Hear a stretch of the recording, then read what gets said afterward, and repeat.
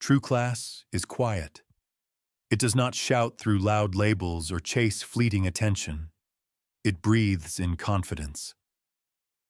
Gentlemen, there is a rhythm to old money style that has been fine-tuned over generations. It says, "I have nothing to prove."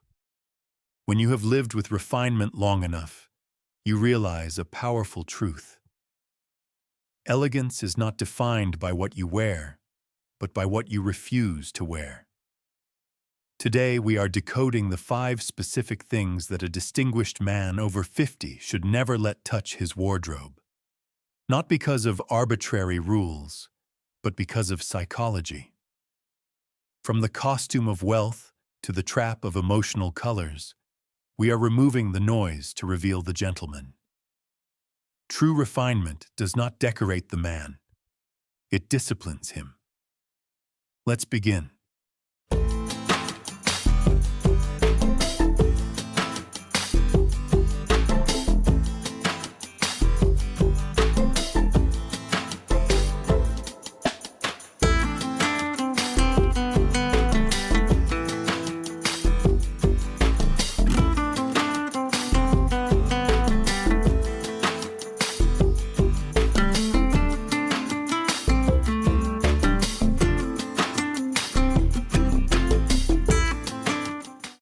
Rule 1. The Walking Billboard. We begin with the single most common mistake that separates the nouveau riche from the truly established. I call it the walking billboard syndrome. This is the reliance on visible branding, aggressive logos, and oversized monograms to signal wealth. You see this everywhere. A man over 50 wearing a t-shirt with a massive designer name plastered across the chest. Or a belt with a buckle so large it resembles a wrestling championship title. He believes he is communicating success. In reality, he is communicating insecurity. Gentlemen, let us be brutally honest about the psychology of logos. When you wear a shirt that screams the name of the designer, you are engaging in a transactional relationship. You are telling the world, "I paid $800 for this cotton shirt. Please acknowledge my status." It is a plea for validation. In the world of old money and quiet luxury, this is viewed as the height of bad taste. Why? Because you are effectively paying the brand for the privilege of advertising for them. You have become an unpaid employee, a billboard, rather than the master of your own wardrobe. True upper-class style is defined by stealth wealth. It operates on the principle of if you know, you know. A man of genuine substance does not need a golden G or an interlocking L to prove his financial standing. His status is conveyed through the drape of his jacket, the richness of his cashmere, and the perfect break of his trousers. The quality of the material speaks so loudly that a logo would only interrupt the conversation. For a man over 50, this rule is non-negotiable. Logo-heavy clothing is inherently juvenile. It belongs to the realm of streetwear and teenage hype culture. When a mature man wears it, it signals a desperate attempt to cling to youth or a lack of understanding of his own value. It looks like a costume. The costume of wealth is designed to trick people who don't have money into thinking you do. But to those who actually have money, it looks like a desperate masquerade. The solution is simple but requires a shift in ego. Go completely logo-free. Remove the visual noise. When you buy a polo shirt, choose one where the branding is non-existent or tone-on-tone. When you buy a leather belt, choose a discreet, simple silver or brass buckle, not a giant initial. Look at the icons of masculine style. Paul Newman, Gianni Agnelli, or modern figures like Daniel Craig. You never see them acting as billboards. You see the man first and the clothes second. By removing the logos, you force the world to look at you, at your face, your eyes, and your demeanor. You are no longer hiding behind a brand name. You are standing on your own merit. This is the essence of quiet luxury, It is the confidence to say, I am the brand. So audit your closet today. If a piece of clothing speaks louder than you do, it is time to let it go.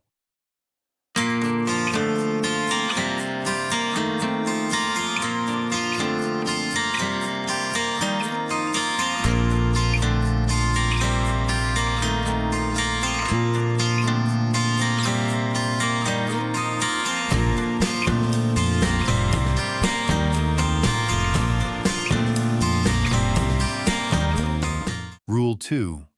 Plastic confidence. If the first rule was about what you show, this second rule is about what you feel. I call this plastic confidence. It refers to the unfortunate habit of wearing clothing made from shiny, synthetic, man-made fibers, specifically polyester, cheap nylon, and low-grade acrylic blends. In the world of old money, texture tells the truth faster than a logo ever could. And nothing betrays a lack of refinement quicker than a suit that shines under fluorescent lights or a jacket that makes a swishing sound when you walk. Let us look at the science of perception. Behavioral design studies have shown that humans subconsciously associate matte, natural textures with trustworthiness, warmth, and authenticity. Conversely, high-gloss, synthetic textures trigger skepticism. They feel artificial. They feel temporary.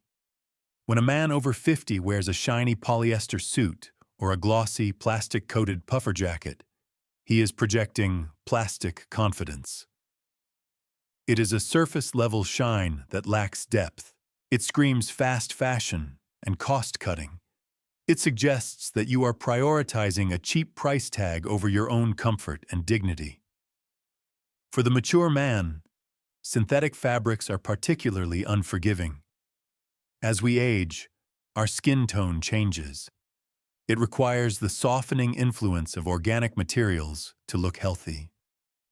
Placing a harsh, reflective, plastic-like fabric next to an older face highlights every imperfection and washes out your complexion. It creates a jarring dissonance. You look like you are wrapped in cling film. Furthermore, plastic does not age, it merely degrades. A polyester shirt will never develop character. It will only pill and retain odors. It is disposable. Old money style is built on permanence, and you cannot build a legacy on plastic. The solution is a return to the organic. You must demand natural fibers. Your wardrobe should be a sanctuary of wool, cashmere, cotton, silk, linen, and leather. Why are these superior? Because of how they interact with light. Natural fibers absorb light rather than reflecting it. This creates a visual depth, a richness, that synthetics can never replicate. Look at a high-end Italian flannel suit. It drinks in the light, creating a deep, matte calmness that commands respect. Look at a suede jacket. It has a nap, a texture that invites touch. This is the key. Real luxury is tactile. It is not just about how you look. It is about how you feel to yourself and to others. When you hug a loved one while wearing a cashmere sweater, you convey warmth and protection. When you do so in a nylon track jacket, you feel cold and slippery. The upgrade is simple but profound. Replace that shiny, technical commuter vest with a merino wool cardigan or a suede bomber. Replace the non-iron shirts, which are coated in formaldehyde and plastic, with breathable Oxford cotton. Refusing to wear plastic is an act of self-respect. It says, I am real, I am authentic, I have substance. In a world that is increasingly digital and artificial, being a man of natural texture is the ultimate sign of class. Do not sparkle like a cheap wrapper. Glow with the matte finish of a gentleman.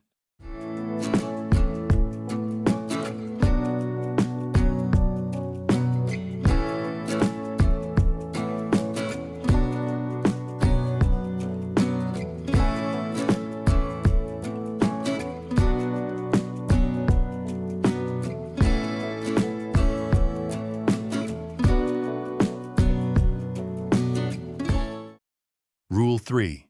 The weekend pretender. Rule number 3 exposes the most fatal flaw in a man's style: inconsistency. I call this syndrome the weekend pretender. We all know this man. From Monday to Friday, he is impeccable. He wears tailored suits, crisp shirts, and polished shoes. He commands respect in the office. But the moment Saturday morning arrives, a transformation occurs, and not a good one. He steps out of his house wearing baggy gray sweatpants, an oversized hoodie with a sports team logo, and dirty running shoes. He looks like he has given up on life. This creates a phenomenon I call visual schizophrenia. It suggests that your elegance during the week is just a costume, a uniform you are forced to wear by your employer, and that the messy, unkempt version on the weekend is the real you. Gentlemen, in the world of old money, style is not a shift you clock in and out of. It is a state of being. The upper-class man understands that standards do not take a day off. You do not cease to be a gentleman just because it is Sunday. The trap here is the confusion between comfort and sloppiness. Many men over 50 believe that to be comfortable, they must dress like a teenager playing video games. They wear track suits that make them look like retired mobsters or gym clothes when they have no intention of going to the gym. This is a mistake. Athleisure is rarely elegant on a mature man. Unless you are actually sprinting on a track or lifting weights, high-end sportswear does not signal wealth. It signals a lack of imagination. The upgrade is what we call off-duty elegance. The goal is to look relaxed, not ruined. You must master the art of continuity. Your weekend wardrobe should echo the discipline of your weekday wardrobe, but with softer materials and looser structures. Instead of a hoodie, which hoods your neck and ruins your posture, wear a cashmere zip-neck sweater or a shawl-collar cardigan. It is just as warm, just as comfortable, but infinitely more refined. Instead of sweatpants, wear drawstring wool trousers or high-quality stretch chinos. They offer the elasticated comfort you crave, but maintain a sharp, clean silhouette. Instead of a graphic t-shirt, wear a knitted polo or a crisp white linen shirt with the sleeves rolled up. Think of the Riviera aesthetic or the English countryside look. Look at how Daniel Craig or Pierce Brosnan dresses when they are paparazzi snapped at the airport or grabbing coffee. They are comfortable, yes, but they are composed. They are ready. The philosophy is simple. You never know who you might run into on a Saturday morning. It could be a future business partner, an old flame, or a person of influence. If you are dressed like a weekend pretender, you will want to hide. If you are dressed with off-duty elegance, you will walk over and say hello. True class is never caught off guard.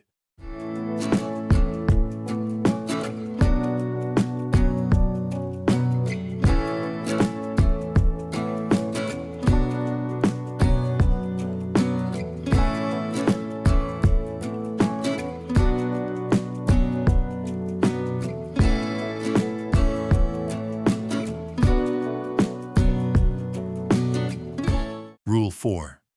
Emotional colors. Rule number 4 addresses the most visible traitor in a man's wardrobe: color. I call this the trap of emotional colors.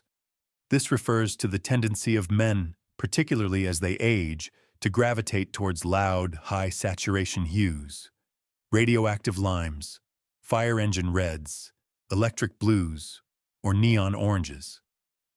There is a misconception that wearing bright colors shows personality, or that it makes you look fun and youthful. In reality, it does the exact opposite. It signals a lack of restraint. Let's analyze the psychology. High-saturation colors are designed by nature to signal danger or attract immediate short-term attention. Think of poisonous frogs or warning signs. When a man over 50 walks into a room wearing a bright red blazer or neon yellow trousers, he is visually shouting. He is hijacking the optical space. This is what I call emotional coloring. It is a plea for attention based on volume rather than substance. It suggests that the man is uncomfortable with silence. It screams midlife crisis. The upper-class man understands that real confidence does not need to shout. It does not rely on shock value. When you wear emotional colors, you become invisible. The color enters the room before you do. People remember the guy in the orange shirt, not the man himself. You have allowed your wardrobe to compete with your face, and the wardrobe won. The upgrade is to adopt what I call the power palette, or the psychological palette. Old money wardrobes are built on a foundation of neutrals that convey calmness, authority, and stability. First, navy blue, the color of authority and logic. It commands respect without being aggressive. Second, charcoal and gray, the colors of intellect and concrete. They provide a neutral background that allows your ideas to take center stage. Third, camel and beige, the colors of heritage and leisure. They imply a life of comfort and connection to the earth. Fourth, forest green and olive, the colors of stability and old-world nature. Why is this palette superior? Because of color psychology. Studies show that darker, muted tones increase perceived intelligence and competence. They also have a slimming effect, reducing visual bulk and creating a sharper vertical line. When you dress in these tones, especially in a monochromatic way, wearing different shades of the same color, you create a sense of harmony. You become the painting, and the clothes become the frame. A neon frame distracts from the art. A mahogany frame enhances it. Does this mean you must be boring? Absolutely not. You can introduce color, but it must be anchored. Instead of bright red, choose deep burgundy or oxblood. Instead of electric blue, choose a dusty Air Force blue. Instead of bright yellow, choose a rich mustard or ochre. These are colors that have been mixed with black or gray to lower their volume. They are mature. They are seasoned. Gentlemen, let your conversation be colorful. Let your life be colorful. But let your wardrobe be the calm canvas that allows the man to shine. If you want to be taken seriously, stop dressing like a highlighter.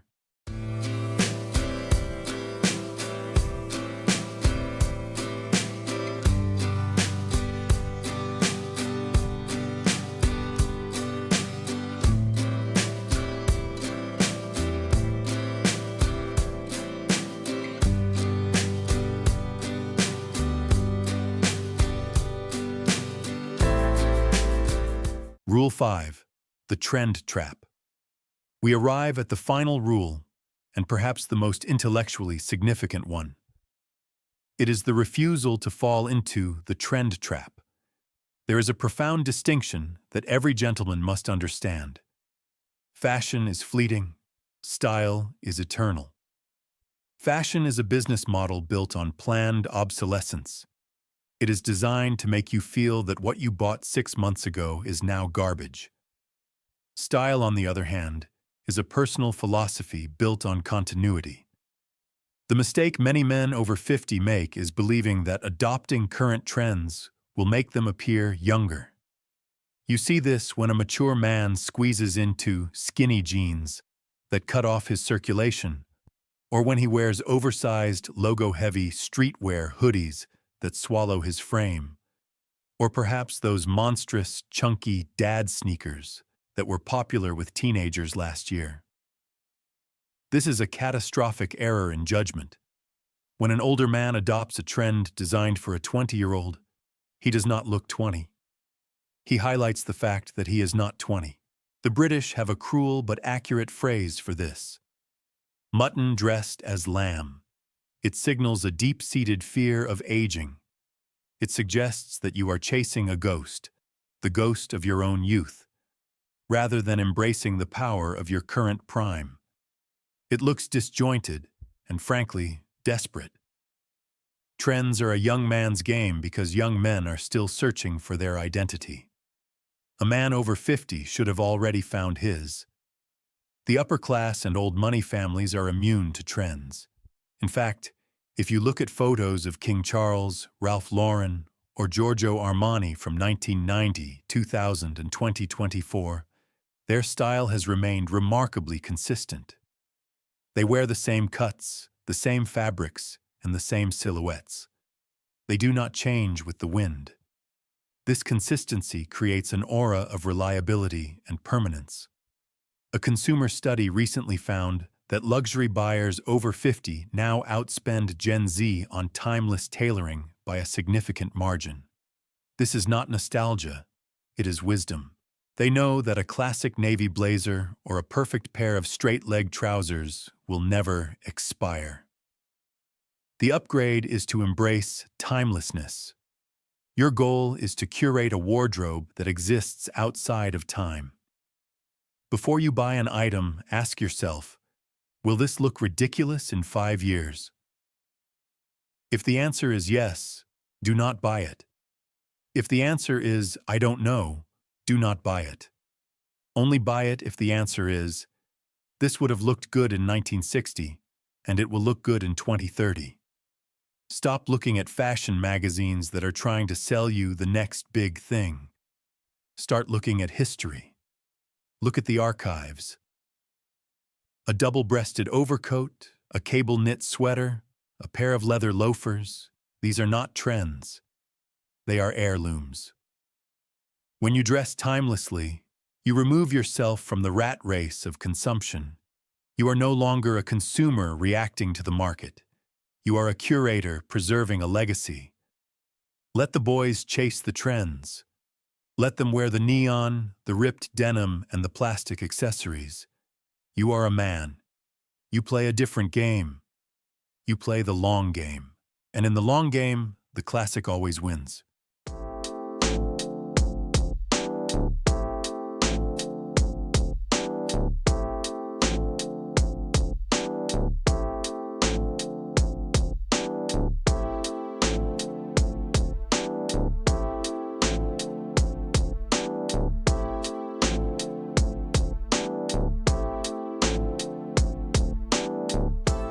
Gentlemen, Leonardo da Vinci once said, "Simplicity is the ultimate sophistication." This is the secret code of the upper class. What you refuse to wear is just as important as what you choose to put on. By rejecting the loud logos, the plastic fabrics, and the fleeting trends, you are not limiting yourself. You are liberating yourself. You are allowing your character to speak louder than your clothes. Refinement is not an act of addition, it is an act of subtraction. Remove the noise until only the essential remains. That is where true power lives. If you are ready to build a legacy of quiet confidence, make sure to like and subscribe. Stop dressing to be noticed. Start dressing to be remembered. I will see you in the next video.